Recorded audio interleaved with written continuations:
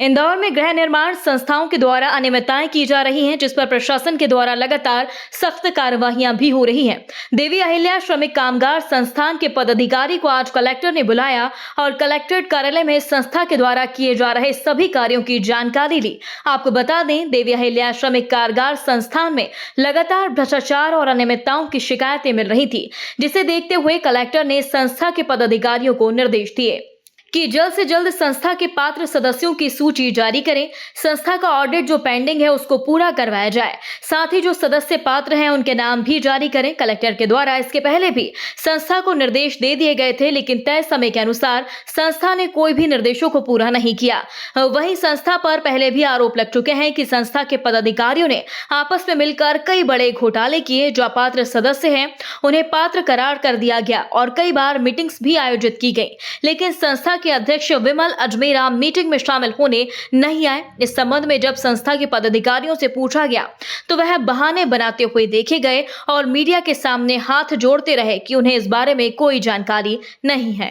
देखिए, जो 7 सोसाइटीज़ की बैठक ली गई थी और उसमें जो कुछ काम तय किए गए थे उन सभी पे काम प्रारंभ हुआ है और उसी के तहत देवी अहिल्या सोसाइटी के संबंध में जो कार्य दिए गए थे उनकी भी समीक्षा की गई है। इसमें 2 चीज़ें हैं। एक तो जो वरीयता सूची का निर्धारण है, तो उसमें वरीयता सूची का निर्धारण जो उसके 2 पार्ट हैं, एक अयोध्यापुरी वाला है और एक अन्य जो दूसरा पार्ट है, उसमें से उनके द्वारा एक पार्ट की वरीयता सूची बना ली गई है और दूसरे पार्ट की वरीयता सूची को बनाने के लिए 7 दिन का समय मांगा गया है, जो अगले बृहस्पतिवार तक का दिया गया है।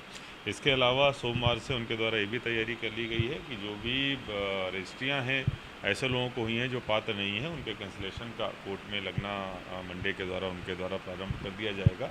अरे कलेक्टर साहब ने सूची को लेके बुलाया था, उसमें हमने हमारी जो समस्या थी वो कलेक्टर साहब को बतला दी है, उसके ऊपर उनने विचार करने का बोला है।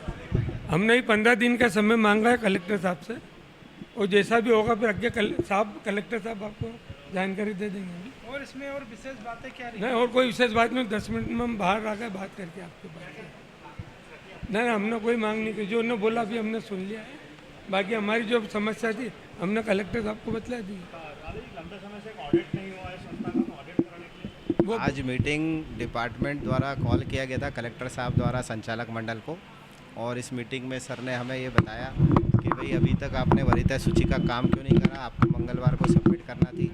तो वहाँ पे हमारे द्वारा सब बताया गया कि साहब इतने सारे सदस्यों की एंट्री करना है, अयोध्यापुरी की लगभग तैयार है और हम श्री महालक्ष्मी की जो 3300 सदस्य होते हैं उनकी करने में एंट्री कराने में थोड़ा समय लगेगा। तो कलेक्टर साहब से समय की गुहार की गई, समय दिया गया। कलेक्टर साहब ने 3 बिंदुओं पे बात करी है। पहला तो वरीयता तत्काल बनाया जाए, तो 1 हफ्ते का समय मिला, अगले गुरुवार तक सबमिट करनी है।